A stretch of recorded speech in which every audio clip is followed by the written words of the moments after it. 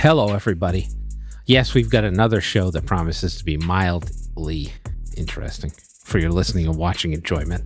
First of all, I'm back on my perfect albums bullshit. That's right. We're adding to the list, and we've got a perfect albums first for the indomitable William Martin Joel. For our guest interview, we've got Collin Williams of New Era ADR. He's here to chat about alternatives to traditional alternative dispute resolution. In the counter program, I've got another travelogue for you, but I had to bring on a special guest to help me talk through it. It's my daughter. Now, let's turn the lights back on.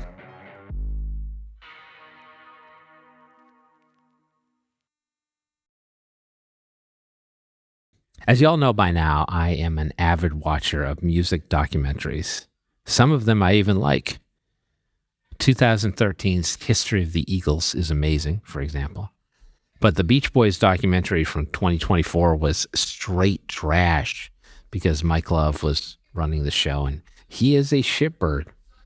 So I get concerned about documentaries going to soft pedal things. Usually that happens when the artist is heavily involved and has a great deal of creative control. Now, I fucking love Billy Joel. He's tremendous. I feel like he's everything people say Bruce Springsteen is and more. I developed most of my early musical tastes from my dad's records collection, and he had the entire Billy Joel 1970s catalog, which is fucking gold, let me tell you. I wore out every single one of those albums. And when I was done, my dad bought me 1980s Glass Houses. That's Billy Joel's new wave album. And I proceeded to wear the needle down again and on and on. And so it goes. So when the new Billy Joel documentary, And So It Goes, it's named after one of his underrated songs, was released on HBO recently. And there seemed to be a lot of Billy Joel interview content. I was understandably concerned. I thought this might be a hagiography, but my concern was unfounded because Billy Joel was not about creating any kind of false narrative, largely because he thinks of himself as a huge piece of shit. I mean, I always had a sense that Billy Joel had some serious mental health problems and self-esteem issues, but goddamn, this documentary was fucking depressing. Let me give you a quick rundown. His ancestors were successful Jewish business owners from Germany who got railroaded by the Nazis. Joel's father, as a youth, in fact, could see the Nuremberg rallies from over his backyard fence. His father was then moved to the United States by his grandparents, but he never really took to the country and ended up moving back to Germany when Joel was 7. So Billy Joel has crazy abandonment issues because of that. But that also meant that he was left with his mom, who had untreated bipolar disorder and who self-medicated with alcohol. Billy Joel tried to kill himself several times when he was younger, initially after falling in love with his best friend's wife. He almost died in a motorcycle crash later on, and he had that drinking problem for most of his life, which broke up 3 of his marriages. At one point in the documentary, he's like, but I was never arrested for a DUI. Bro, 1985 Billy Joel wouldn't have been arrested for double homicide on Long Island. Music critics shat all over his work, and he clearly took it personally. They were full of shit themselves, of course. Joel constantly talks about how he's never good enough in this documentary. His original brother-in-law became his manager and stole all of his money, so he had to go back out on the road in the late 80s and early 90s to tour and try to make that money back, and that broke up his relationship with Christy Brinkley, along with the drinking. Christy Brinkley seems very cool in this documentary, by the way. But this shit was such a fucking downer for the most part.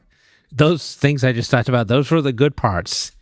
So by the end of the documentary, we learned that he finally settled down like 10 years ago in his late 60s. He's been married since 2015 and has 2 little girls with whom he seems to be spending lots of quality time. So I was like, okay, better late than never. Then I remembered that he was recently diagnosed with a brain condition. Dude cannot catch a break. But I'll tell you what, if there was anyone who ever channeled pain into beautiful art, it's Billy Joel. The uplifting parts of the documentary are really those that focus on Joel's musical production, his unusual style inspired by European classical music rather than blues and rock and roll as profiled. We get some information about the relationship with his bandmates and his partnership with his producer, Phil Ramone, who's amazing. There's lots of talk about how he built hit songs and constructed albums. If you can get through the slog that is Joel's personal life, it's well worth watching this for the insight into the tortured artist. So that seems like a good place to get off. Let's now jump into the perfect albums segment as it relates to Billy Joel. But first, I want to recap our current list of perfect albums so y'all know how we got here. In chronological order, we've got The Who, Who's Next from 1971. Gordon Lightfoot coming in with Sundown from 1974. Paul Simon with Graceland from 1986. Sunvolt's Anodyne from 1993. The Snoop D.O.G. with Doggy Style, also from 1993. Sheryl Crow's The Globe Sessions from 1998. Coldplay's Viva La Vida or Death and All His Friends from 2008. And then Taylor Swift's Folklore from 2020, covered by my wife and the ultimate Swiftie, Jessica. Now, I had a really hard time whittling this list down because there are a hell of a lot of Billy Joel albums in the running for perfect album status. Billy Joel has what I consider to be 11 canonical albums released from 1973 to 1993. I'm not counting his solo debut album, Cold Spring Harbor from 1971, which was a disaster. It was mixed incorrectly and sped up inappropriately. But I'm starting with Piano Man in 1973 and going through The River of Dreams in 1993. I just don't know that there is a more quality 2-decade output from any performer ever. Every album is so damn good, even the ones that aren't great. There were no less than 7.5 of those 11 albums that I considered for the perfect albums list. That's how solid this discography is. So let's do the runners up first. Piano Man, 1973, is a fucking solid effort for his real debut, the one that's mixed appropriately. Everybody knows the song Piano Man, and everybody probably knows that he was actually working as a lounge pianist, which inspired the title track. But there's tons of great songs on this album too, from Traveling Prayer all the way through Captain Jack. For me, there's nothing like listening to this album with the record scratches. Turnstiles comes out in 1976, and it's his sort of I'm Coming Back to New York album after he moved back from California with his family. Of course, the record starts off with Say Goodbye to Hollywood, really famous Billy Joel song. Then there's a hammering prelude to Angry Young Man, which is one of my favorite Joel moments. And Miami 2017, Seen Lights Go Out on Broadway, is a song about the aftermath of an alien invasion. Yes, you've read that right, heard that right. That doubles as a hooky pop song. That is just batshit crazy that he could do something like that in 1976. The Stranger comes out the next year, 1977. And this is just an iconic album, probably most commonly ranked in its best. It features the sweeping, sweet Scenes from an Italian Restaurant as its centerpiece. Then there's the radio staple Just the Way You Are, maybe his biggest hit ever. And then there's the beautiful She's Always a Woman and the rollicking Only the Good Die Young. And perhaps his most underrated song ever, Vienna, which is about his dad, of course. Next is the Nylon Curtain from 1982. And this is Billy Joel's Sonic album, on which he attempted to pull a Brian Wilson in to use the studio as an instrument. Allentown's about the plight of steelworkers, and this was sort of the only real traditional pop hit here. But there are lots of hidden gems on this album, like the Vietnam-inspired Goodnight Saigon, the surprising Surprises, and the swashbuckling Scandinavian Skies. After this, he took a hard right turn, but we'll get there. Stormfront, 1989, is next on my list, and it features We Didn't Start the Fire, which is maybe the simplest song on the whole album, even though it was the biggest hit. But any song where kids can learn to love history, I'm into. Other standouts here include Leningrad, about the Cold War, the Downeaster Alexa, about the hardships of being a Long Island fisherman. That's his own boat that he named after his daughter. And So It Goes, one of the more depressing ballads you'll ever hear that they've appropriately picked as the name of this documentary.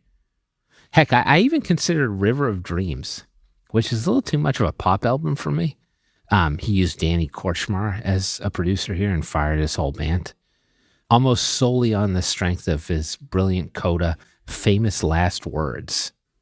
That was intended as his last set of lyrics until he wrote and released Turn the Lights Back On, which is surprisingly excellent in 2024 as a single.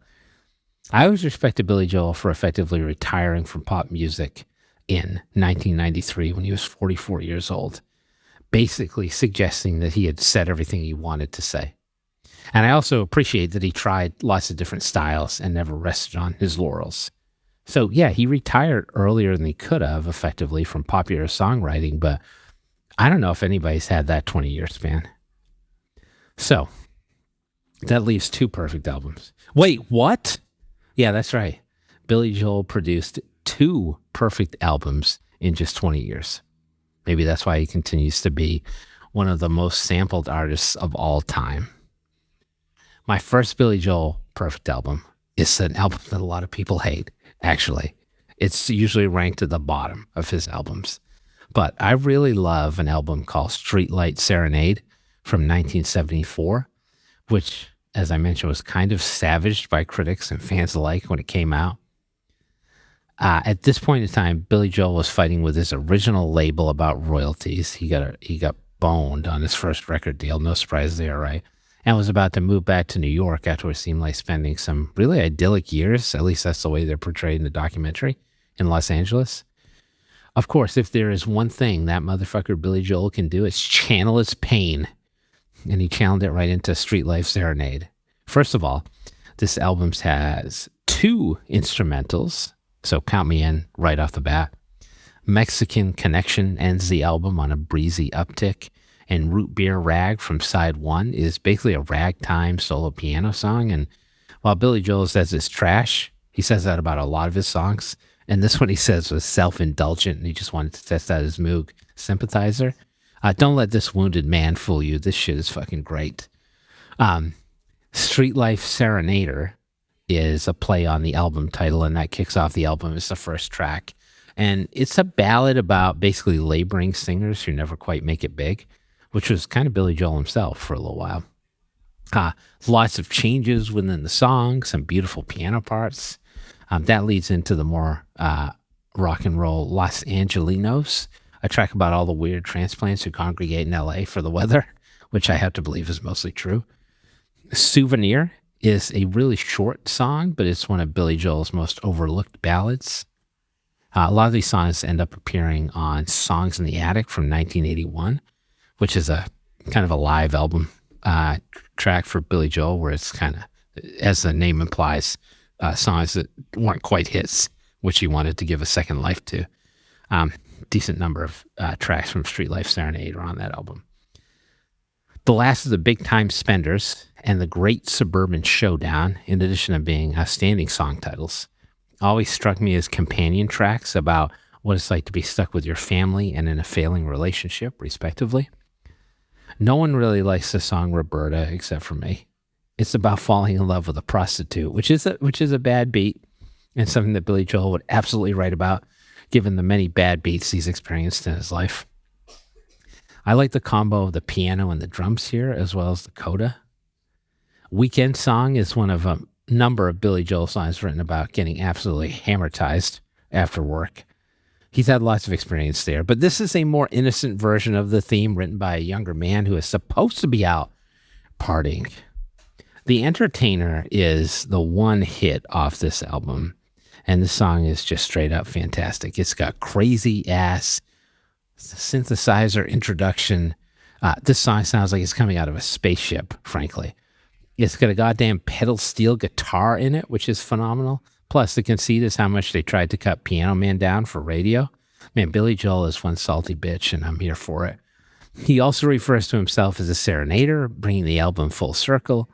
In the lyrics, he references dancing around with a hand in his pants, laying all kinds of girls, that's probably true, and about his old records being placed next to the cans of beans in the store once they are no longer popular, which all just comes off as so dissonant and striking in the song. This was all mildly scandalous to me when I first heard this tune. There are lots of great alternative live versions of this song as well, where he sometimes intersperses different lyrics. Streetlife Serenade is the forgotten Billy Joel album that just kicks ass. Give it a listen. But wait, there's more. My second perfect Billy Joel album is more mainstream. It's An Innocent Man from 1983. I think folks conceive of this as Billy Joel's doo-wop album, like his 50s music album. And I really don't want to like this album because doo-wop is not at all my thing, but the vocals on this album are technically perfect. And you sort of get swept away when that gets combined with Joel's melodies. It's like the perfect marriage. But this is broader than a doo-wop album. It's more of a tribute album to the songs and artists that Billy Joel loved when he was younger. But instead of just doing a bunch of cover songs, Joel instead wrote his own versions, and each is sublime. Now, if you visit the Wikipedia page for this record, you'll see the artists who inspired each track, and I would encourage you to review that information. This album has a staggering 7 singles off of it, by the way. And an 8th song was released as a title track for a Rodney Dangerfield movie called Easy Money. So 8 of the 10 songs were released. And the other 2 songs, Careless Talk and Christy Lee, would have easily charted as well if released. This album is just brimming with commercially viable tracks like maybe no other album ever. While Careless Talk is tending toward the doo-wop angle and it's about ignoring relationship rumors, Christy Lee is sort of the opposite of that.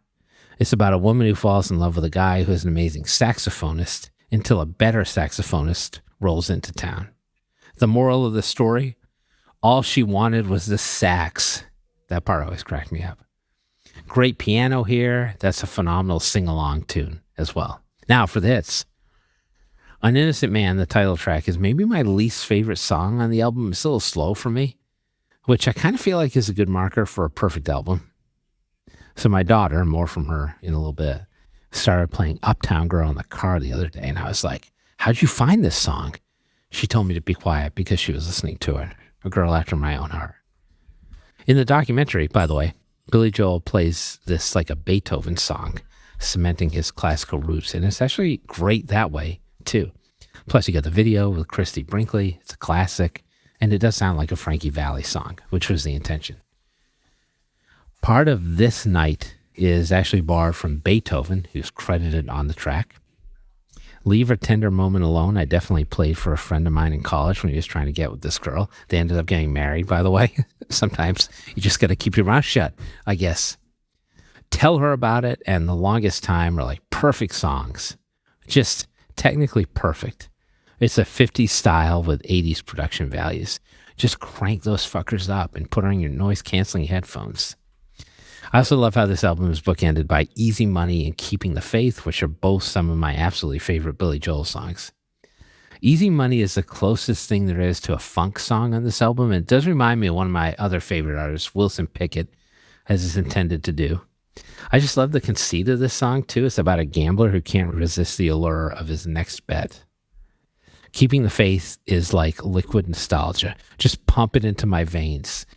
I was born after any of the stuff happening in this song occurred, but it places me right there like I lived it. Hold on. Let me comb up my pompadour. And this song is sort of a perfect encapsulation of Billy Joel's life and career. He had to trudge through a lot of shit, but there's always the hope of brighter days ahead despite everything that's occurred. Because the good old days weren't always good, and tomorrow ain't as bad as it seems. Thanks for listening. Even though Evan tried to cut this whole thing down to 3:05 for YouTube. Speaking of good times ahead, stay tuned for Collin Williams of New Era ADR. He's got a new way to ADR, and maybe so should you. Well, I've effectively run out of things to say, which is awkward because this is a podcast.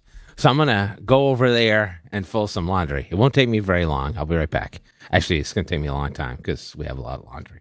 My bad. Now I'm just fucking with you. We're not going to do that. We're going to do a podcast. That sounds awful. Honestly, I don't ever want to fold laundry. So let's get to our guest interview instead. My guest today is Collin Williams, the founder and chairman of New Era ADR. Collin, welcome to the show, sir. How are you? Appreciate it. I'm doing great, Jared. How are you? I would just like to alert people on video. If you're not watching us on YouTube, you should be. It's even more delightful in the audio version. You are currently sitting in front of a framed Bobby Hull jersey, I believe. It is a Bobby Hull jersey, an old Blackhawks jersey signed by him with his Hall of Fame 1983 listed on there. Now, most people who are not as astute as yours truly might think that that's a Brett Hull jersey. That's I get that more often than you would think, particularly, interestingly, from people from Chicago who don't seem to know. Brett Hull never played for the Blackhawks, right? Never played for the Blackhawks, no. Played for a lot of teams, never for the Blackhawks, but his dad played for years for the Blackhawks and used to come to the games and hang out and drank a lot. So it's a hockey game? It's a hockey game, but Bobby seemed to really go out of his way to put down beers. But it's interesting that people don't know that he seems to have kind of skipped the whole Blackhawks history. I guess the older fans know, but the younger generation have no idea who Bobby Hull is. And he just died maybe 2 years ago, something like that, 3 years ago. Well, the young folks, they need to be educated. That's what we're doing here at the show sometimes. Yes. I can talk about hockey all day. So, well, when I talk about the 90s and people are like, I never knew that was a band. I'm like, oh my God. Oh yeah, that's bad. I'm like, bad. I better be punching my ticket to the nursing home. Yeah. So, well, there's something else I got to ask you outside of hockey. Collin with 2 L's, right? 2 L's. Yep. What's the deal with that? That's like pretty uncommon, I feel like. Is that right? Usually Collins I see with 1 L. 1 L. It is. My parents named me Collin with 2 L's and thought that they were creating kind of a unique name. I got into, I think, first grade, and there was 2 other Collins with 2 L's in my class. So they didn't achieve their goal. But yeah, as far as I see, I had a buddy in college. His name was Collin. He was 1 L. I don't think I know of anybody other than those 2 kids I grew up with who had Collin with 2 L's. That's so funny. Yeah, it is a little unique. I don't know. I usually have to tell, but wouldn't, if you actually went by this phonetically and it was 1 L, wouldn't it be Collin? Which is really not what you would want your name to be. It's not what you want. Yes. So I mean, good on your parents. They were probably a little concerned when you became Collin W immediately in elementary school, but then it panned out in the end. Well, you want to know the fun part?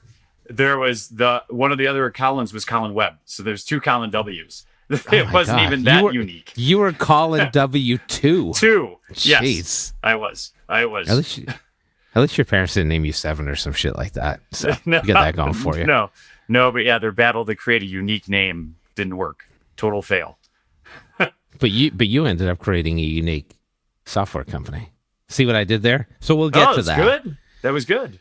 Yeah, I've been at this for a little while. All right. So can you talk to me about? So you went to law school. Yeah. With all the Collins. Can you talk to me about your legal career up to founding New Era? Because you've done some interesting shit, to say the least. Yeah. So it started out pretty traditional. I was at large law firms for the first 10 years of my career. One, I guess, in Mississippi, which is a little bit interesting for a Northerner. I like how you're like, I guess Mississippi. We're not sure. It was definitely Mississippi, but I guess that's interesting for a Northerner having practiced in Mississippi for a year. But that, started out there and then went back to Chicago, was at Greenberg Traurig, so really, really large law firm in Chicago for close to 10 years. Then I was litigator and really wanted to get out of litigation, find my way, do different stuff. Yeah. I wanted to get involved in technology, learn how to build businesses. So left the firm and went to Oracle. Was at Oracle for 2 years while Oracle was building its cloud computing business to compete with AWS and Microsoft and Google and all that stuff. So spent 2 years there and then decided I really wanted to become a general counsel and really learn how to build businesses. So I jumped from Oracle to a healthcare tech startup in Chicago that was a complete disaster, like a disaster of the highest order. And we can talk about that more if you want. That seems to be going around, right? There's a lot of healthcare startups that do some weird shit. Yeah, illegal. Well, this one, yeah. Illegal. I might be more specific. I would think it would fit into both those categories. So well, why don't we got to stop now. We can't like skip this story. So tell me that, and then we'll move on. Sure. It was a healthcare tech startup out of Chicago. I was the first attorney there. I started to hear some very strange things from sort of the analyst department. That some of the numbers that were being put out weren't realistic, weren't actually accurate, things like that. I kind of dove into it head first and got a lot of, these people don't know what they're talking about. Everything's fine. Everything's great. That only goes so far when you're an attorney. If the ambiguous answer of everything's fine, don't worry about it, doesn't really work. Don't worry. Yeah. We'll be fine. So after about a year, I said, I gotta get the hell out of here because I don't know what's going on. I can't figure it out. Nobody will give me a straight answer.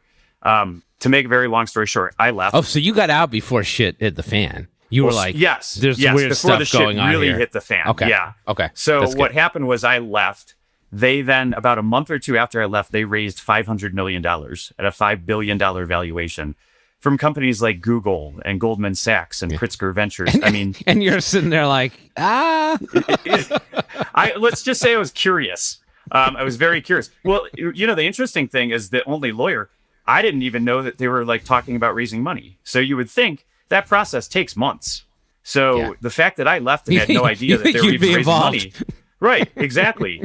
So it was kind of a surprise to me, but lo and behold, they end up raising all this money. And then I get a call from the Wall Street Journal, who is really never who you want to get a call from.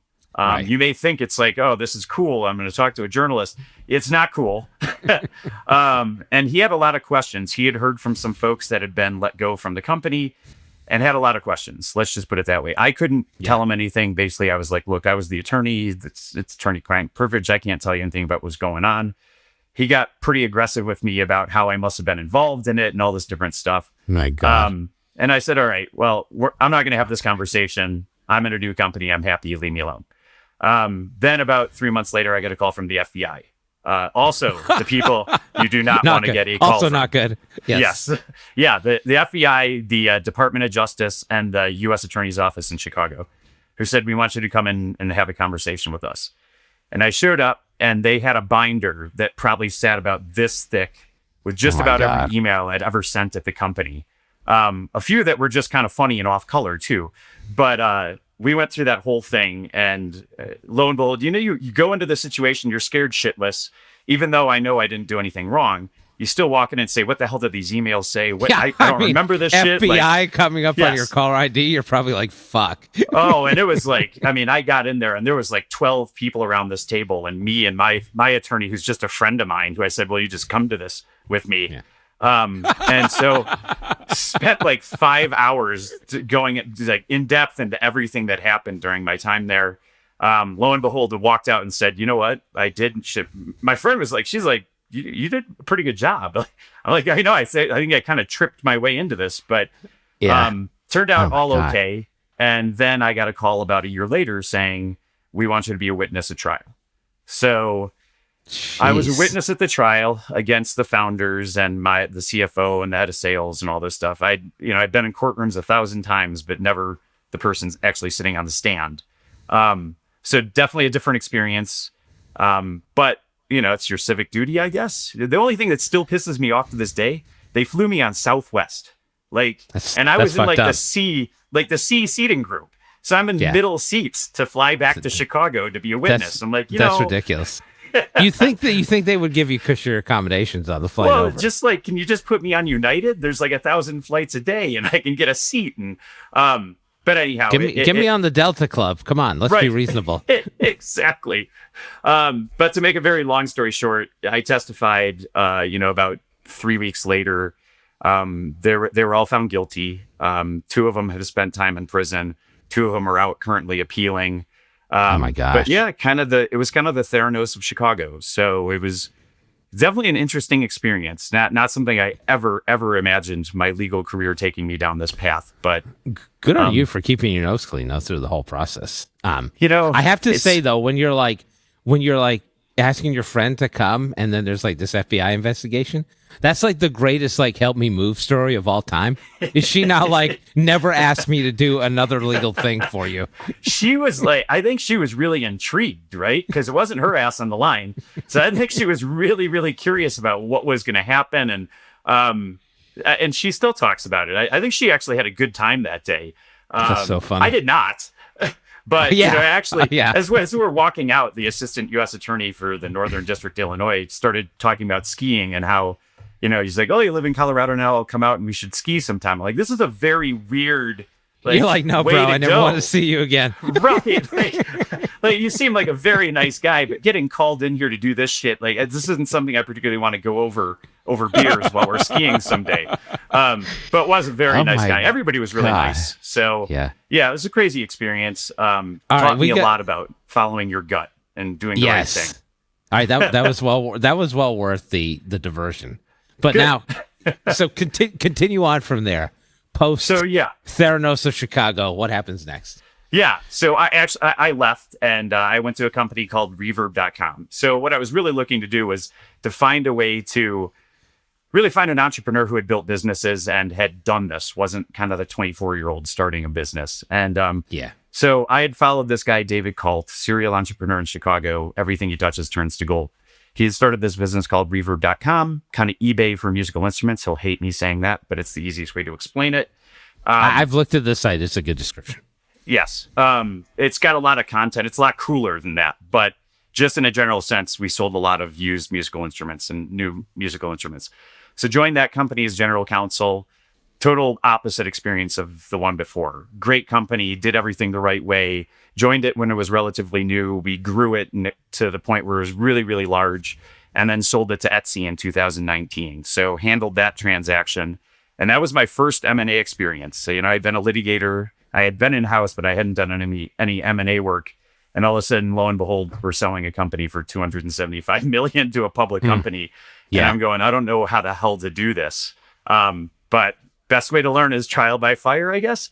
And it worked out great. So we sold the company. I spent a year, with Etsy after that, and then jumped into New Era. So that's kind of my legal career with all its ebbs and flows. But important, no fraud, which is always a good thing, I feel like. No. And it's actually to the other side of the coin. He actually had a dashboard that showed you in real time everything that was going on the platform. So you really knew how many sales, how much money, everything. Complete transparency throughout the entire company, which obviously coming from where I came from made me feel pretty comfortable being there. Right. What a wild story, man. All right. So whenever I get somebody who founds a company on here, which we frequently do, I'm always interested to know, okay, what about your career led you to do this new venture? Why did you found this company? It obviously has something to do with your law practice. Yeah, there was, there's a lot of different moments. Obviously, as a litigator, coming up in my formative years, it's a frustrating process. And it's a frustrating process if you're the actual attorney doing it. And it's an even more frustrating process if you're the client, right?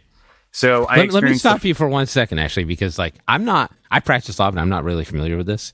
So when somebody says ADR, what does that encapsulate? Is that mediation? Is that arbitration? Is it a whole bunch of things? What does that actually mean? Yeah, traditionally it's arbitration or mediation. There's different forms of that, but if you just said, what is alternative dispute resolution? And somebody said arbitration or mediation, you're pretty much spot on. Okay, go ahead. Thank you. So, yeah, but being a litigator, sort of coming up in my career, I had a lot of moments of frustration. But really, the impetus for this company, I had a customer or client when I was outside attorney. He came to me and he was a friend, and he said, I've been in this business with this partner of mine for, 10 years or something like that. And all of a sudden one day they decided they hated each other and didn't want to work together anymore and couldn't come to any sort of agreement on how they divvy up the assets, the business, anything like that. So he said, well, I guess we have to litigate this stuff, which is a shame, right? And I told him, I said, I don't think this is really the route you want to go because there's going to be a lot of pain along the way. So to make expense. Well, and here's the crux of it, right? Without getting on the details of the whole thing. So I handled the case for 3 years, and then I ended up leaving for Oracle. My boss at the time took the case, and he handled it for another 3 years. This case was not overstaffed. It was super leanly done. It was done ethically. I can say that with a completely clear conscience. We only did what was absolutely necessary. Long story short, case took 6 years. It settled on the morning of trial. And by that point, my friend / ex-client had spent about $1.5 million in legal fees. And it settled for low 5 figures. And it's a bad beat, man. It's a bad beat. And he came to me, and this is really where it clicked with me. He came to me and said, it can't be like this. It just can't, this cannot be how our legal system works, right? And his point was that he had come to every single court hearing. I mean, the most meaningless court hearings that we could possibly hold, he came to them because he kept waiting for that moment where the judge said, Mr. Thomas, what happened? What's the deal? What's going on here? And in 6 years, the people's court, right? And in 6 years, that moment never came. And so his frustration was less about the fact that it took this long and less about the money, even though he was not happy about any of that stuff, and more about the fact that nobody ever asked him, what's the deal? What's the story? And so that was the moment for me where I said, you know what? It's strange that you can go through this entire process in our justice system and nobody gives a flying fuck what actually happened. It's all about the process and the procedure. And I said, we got to do something about that, right? So New Era was kind of reaction to that, where we're totally focused on, regardless of anything, regardless of the process, the procedure, anything, I want to get you in front of somebody so you can tell your story.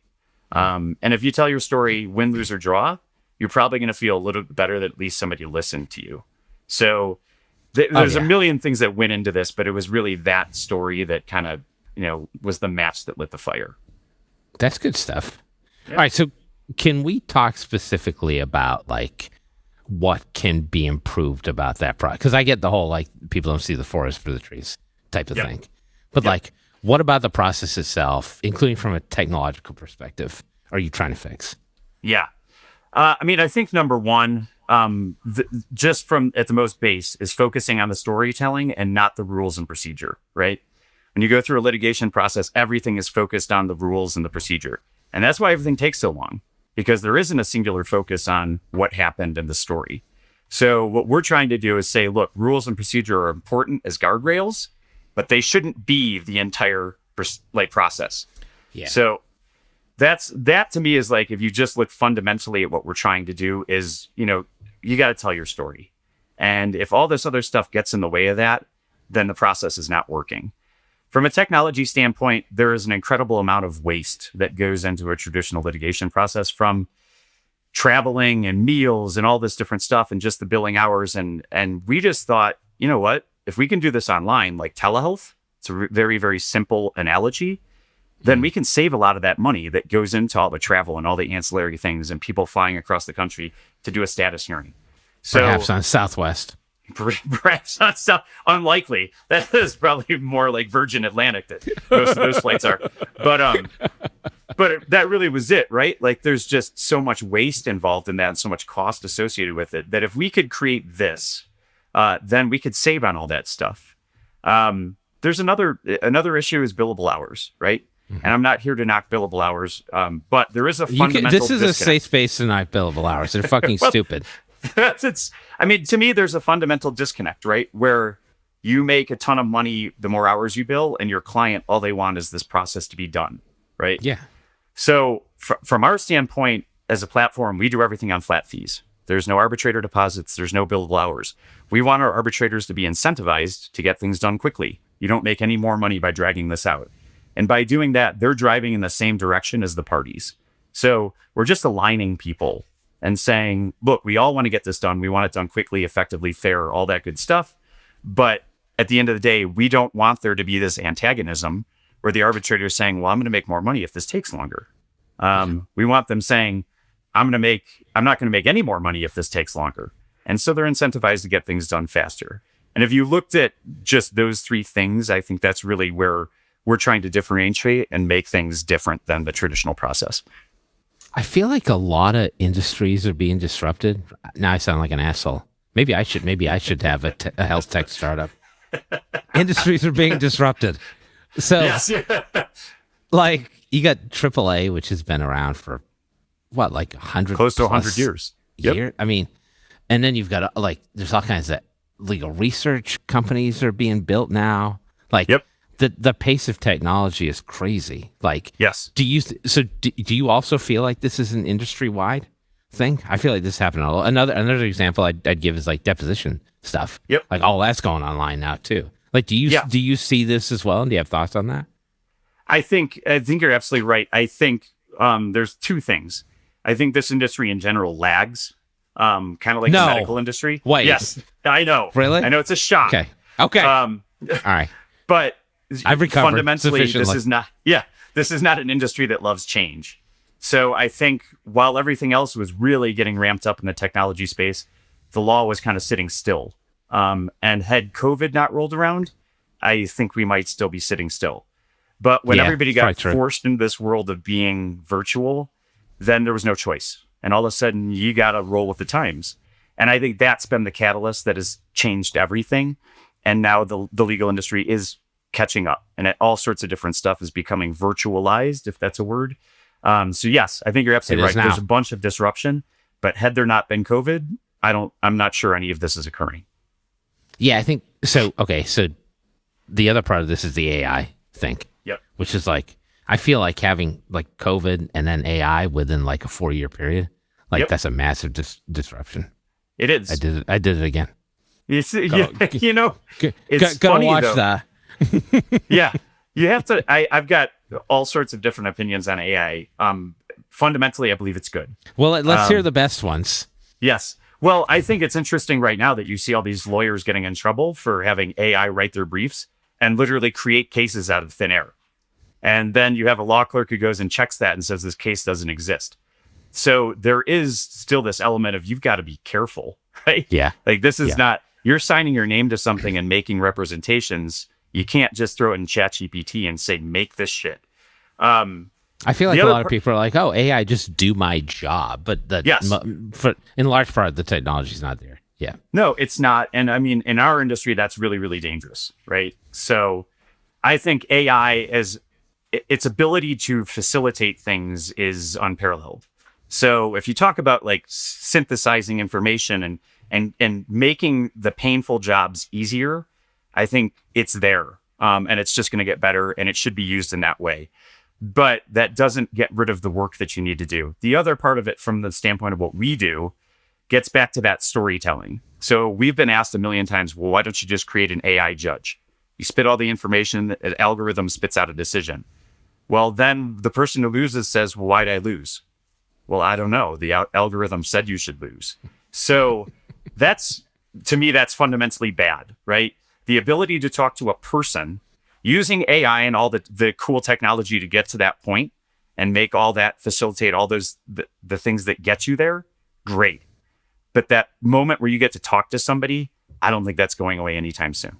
Because I think that's the catharsis where you say, somebody listened to me. And nobody wants to say, AI listened to me. It's not going to make you feel great. Yeah, it's funny. I feel like people would complain about anything. But they're definitely going to complain about AI arbitration rulings, AI court rulings. That's going to be 100%. A thing that happens for sure. Probably 15 years from now, it'll work. But right now, to me, it's not a thing yet. Yeah, I don't know. The whole legal system is built on like appeals as well. So I feel like that's not going away anytime soon. Yeah. Wait, what's the reason judgment? Like, the algorithm said XYZ. What's the appeal? What are the issues on appeal? I don't know. So I just don't think we're there. Yeah. I guess we'll find out. We'll find out. Hopefully you and I will be retired when all this happens. But yeah, it's going to come. Off the grid, dead, any of those would be possibilities. On that positive note, Collin, thank you for coming on. And now I am going to go fold that laundry. I'm always a threat to fold. We'll be back in a second, everybody.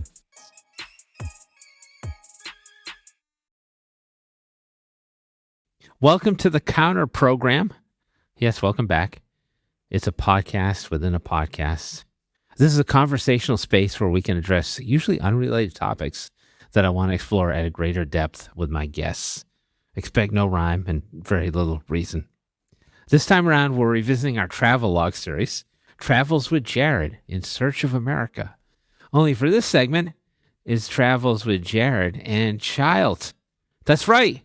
My daughter's here to talk about a recent trip to a horse show in Connecticut. Are you excited for this? Yeah. So here's chapter 86. Sir, this is a Wendy's. So let's talk about, so you go to the horse shows. They're always in like these weird rural locations where nothing's around. And we just did, the show was in Moose Up, Connecticut. Musa. Yeah, that was the name of the Called place. Oneko. Oneko was the name of the town? Mm-hmm. Okay. Oneko. Okay, and then we stayed in Plainfield, Connecticut. And we stayed for the whole weekend for these horse shows. In a La Quinta. Yes, we were in the La Quinta Inn. All right, do you want to describe the stay, the trip? Talk to me about Plainfield and Oneko, Connecticut. Rural Connecticut. So we go to Wendy's. We just got to Oneko or whatever. So we just got to Connecticut.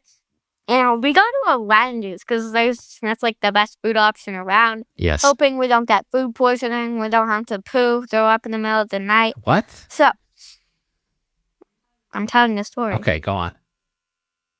So then we go to this Wendy's, and right off the bat, it's really sketchy, and there's a baby crawling on the floor near the slushing machine, was it? Yes, the soda machine. Yeah. They had one of those Coke choose your flavor machines. That's not the right name, but okay.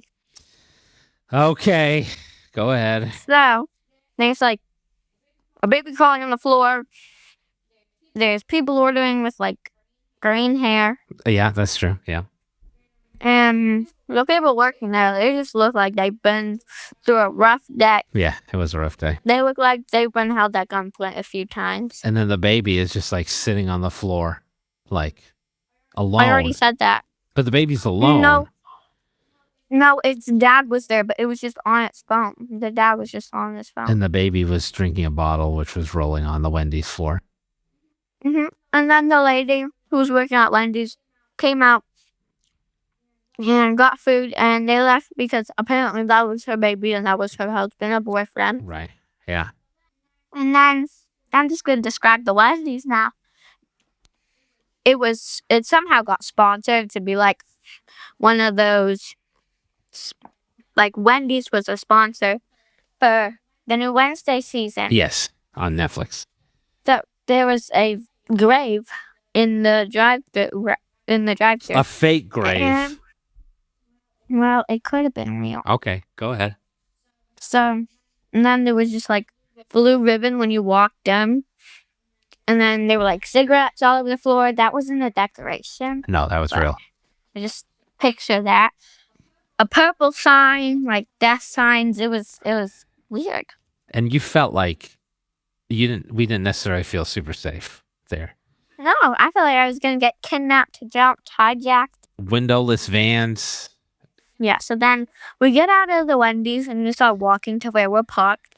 We're right next to a wood, so stuff happens there probably all the time. Probably. And there's this man just sitting in his car. He's not going through the drive-thru. Oh, yeah. That dude is creepy. Going into the freaking Wendy's. He's just sitting there. Watching us. Planning on how to kill us.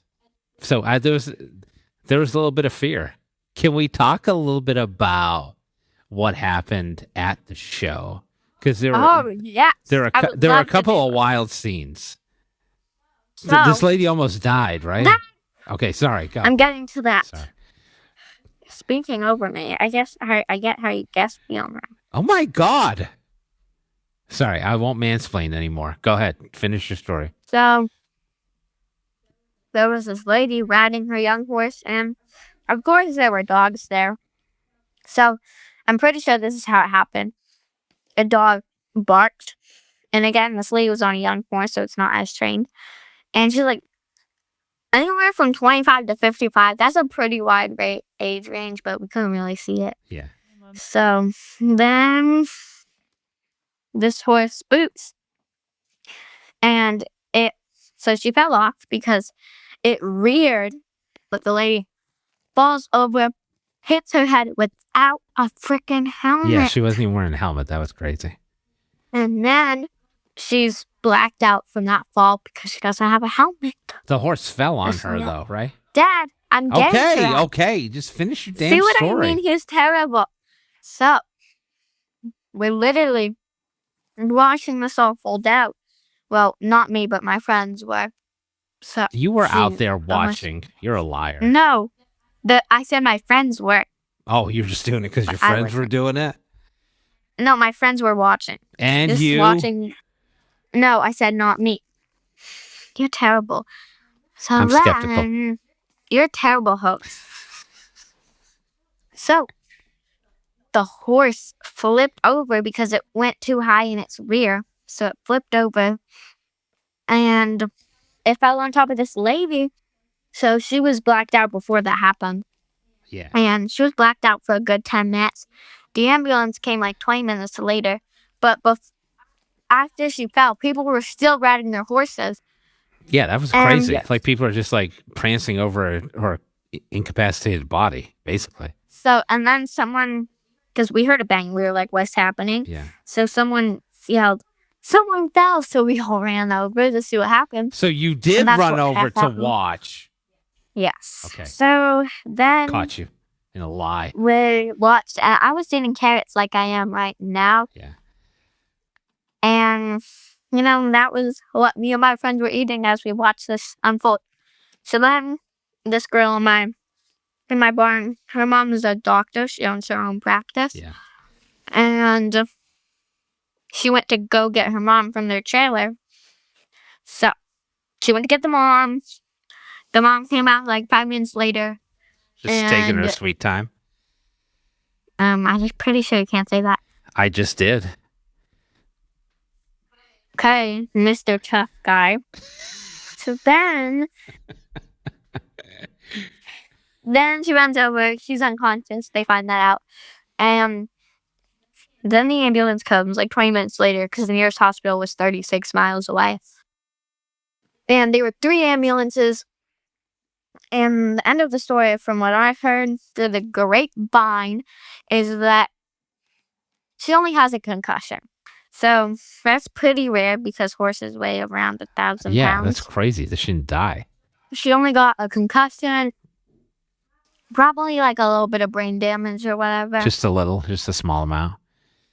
And then that was the first day of the show. So I had to ride. But then everybody came back in. They just went back into the ring like nothing happened. Yeah, because that's what you're supposed to do. So then I had to show. Yes. Like right after this event. Yep. It wasn't an event. It was like warm up. But right after that crazy thing happened, I had to go in and show. Yes. And you did well. Yes, I did very well, obviously. Anything else you want to say about horses before we finish up, or the horse girl lifestyle? Well, it's a very rough life. It's very rough? Yeah. Why? It seems like it's really easy and privileged. All right, we're done here. Get out. Bye-bye. All right, bye. Thanks to our guest, Collin Williams of New Era ADR. To learn more about New Era ADR, visit neweradr.com. That's neweradr.com. Now, because I'll always be a 90s kid who's rewinding his River of Dreams cassette back to no man's land, but whose true passion is burning CDs for anyone who would listen, I'm now just doing the modern version of that, which is creating Spotify playlists for every podcast episode that I record, where the songs are tangentially related to an episode topic. This week's playlist is Back Catalog Billy Joel, and it's sponsored by Zoloft. I'm just kidding, by the way. Zoloft hasn't sponsored shit, though you may need to pull yourself out of a depressive state after watching the Billy Joel documentary, if you decide to do so. Join us next time, when I'll sweep all the streamers after the Labor Day parade. There's nothing left for a dreamer now, only one final serenade. Or another podcast. I don't know. Talk to you next time.